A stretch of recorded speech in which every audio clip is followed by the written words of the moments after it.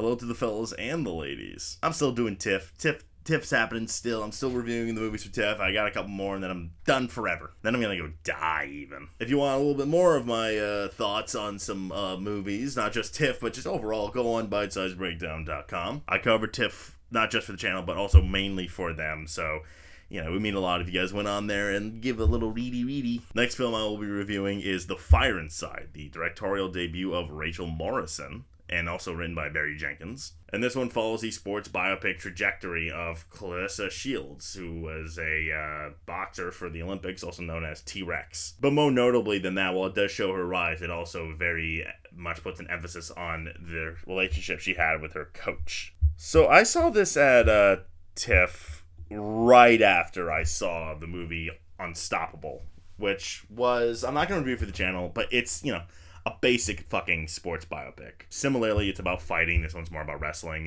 whereas The Fire Inside is more about boxing. But it was a sports biopic. I had very low expectations about this movie going in, so that on top of it made me go, oh god, this is going to be a rough day. 2 basic ass sports biopics in a row. No thank you. You ever watch a movie and just like instantly, just by the opening shot, you're just like, oh shit, am I about to watch something awesome? That is what happened with this movie. I went in with a very negative mindset, and yeah, almost instantly, that evaporated. The opening shot is very basically like a wide angle of like this neighborhood as we're watching Clarissa Shields go for a run.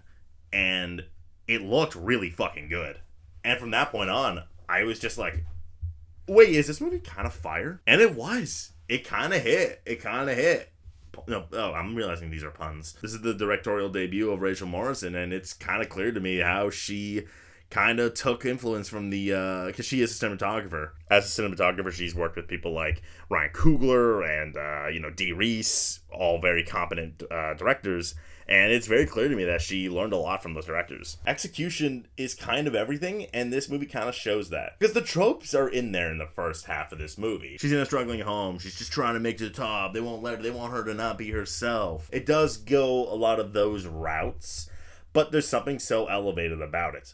Because yet the tropes exist, and yet I didn't feel like I was just watching another sports biopic. Maybe because the writing was there from Barry Jenkins. I'm sure if you were to map it out and write it down, at least the first half, what happens, it would just be like, yeah, that's another like Coach Carter-esque kind of sports biopic. And yet I never felt that. The movie is very well shot, by the way. And y'all are going to be like, well, yeah, it's cinematographer directed it. That's not how it always works. Doesn't always translate, but this movie was very well shot. There are some images that are stuck in my head. The way some mundane conversations can even look really nice. There's one shot of like a training montage that she has where like she's like outside punching, and like the way the snow is reflected on the screen, the way the street light is like used, I'm like, ooh, they went hard. The fight choreography is really interesting. Like the way it's shot, it could have been basic, and yet they kind of like do these long take kind of things. The lighting works really well. You really do feel the punches. I was just genuinely impressed with Rachel Morrison's direction the whole way through. She clearly had it all figured out. Like she knew how she wanted to make this movie, and she knew she had like no interest in just phoning it in and making a sports biopic. She just wanted to kick ass and make a good movie that honors this really interesting career. I didn't really know who Clarissa Shields was, quite frankly. Like I had heard like, she's a boxer, I knew that, but like I didn't really, I'm not really into that world, so I don't care. And yeah, it was interesting seeing this woman's like rise, seeing like what she was able to accomplish. That was interesting. The back half is where things really get interesting. The back half, there's no fighting. Like she wins her gold medal in the middle, and then no more fighting. After that, it's more about a film about her like kind of fighting for, I guess, equality, kind of equal pay, like, that kind of thing. Why like other athletes who accomplished like a fraction of what she accomplished are like living in luxury while she's like still struggling to make it by. It's those conversations that you're gonna have to sift through, and the movie does it excellently. It's just a genuine, like, honest, like, okay, but why was this a thing that she had to struggle with? It's not so much a triumph, it's just, hey, here's what she pulled off. And the back half just goes into such a different tone and different gear that I think is just so like captivating. On top of that, like I said at the front, this movie is very much centered on her relationship with her coach, which ends up having a bit of a father figure role. Dynamic between the two are very endearing, mostly because Ryan Destiny and Brian Tyree Henry are outstanding. Brian Tyree Henry is just excellent in everything he's in. He's just constantly so captivating and naturalistic. He's just so easy to grab onto in everything he's in, but this is my introduction to Ryan Destiny to the most of my knowledge, and she knocked it out of the fucking park. Those two elevated every scene they were in. I just loved the little dynamic they had that's clearly more than just like, oh, you're my coach. It's like, yeah, it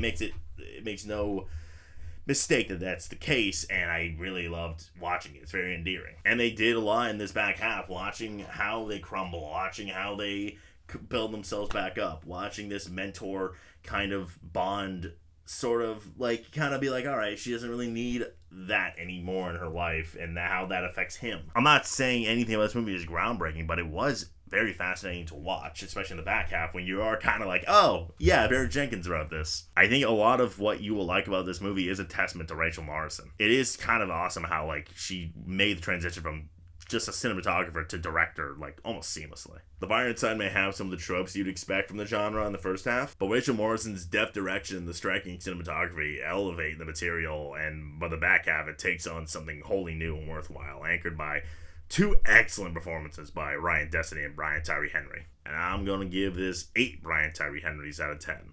I did think while watching this movie that this could be an Oscars thing, but it has since kind of fallen off the face of the earth. Oh well. My guess is a goose egg. I would love to see, Brian Tyree Henry get some noise, cinematography get some noise, but my guess is that ain't gonna happen. Alright, like, subscribe, and share. Bye-bye.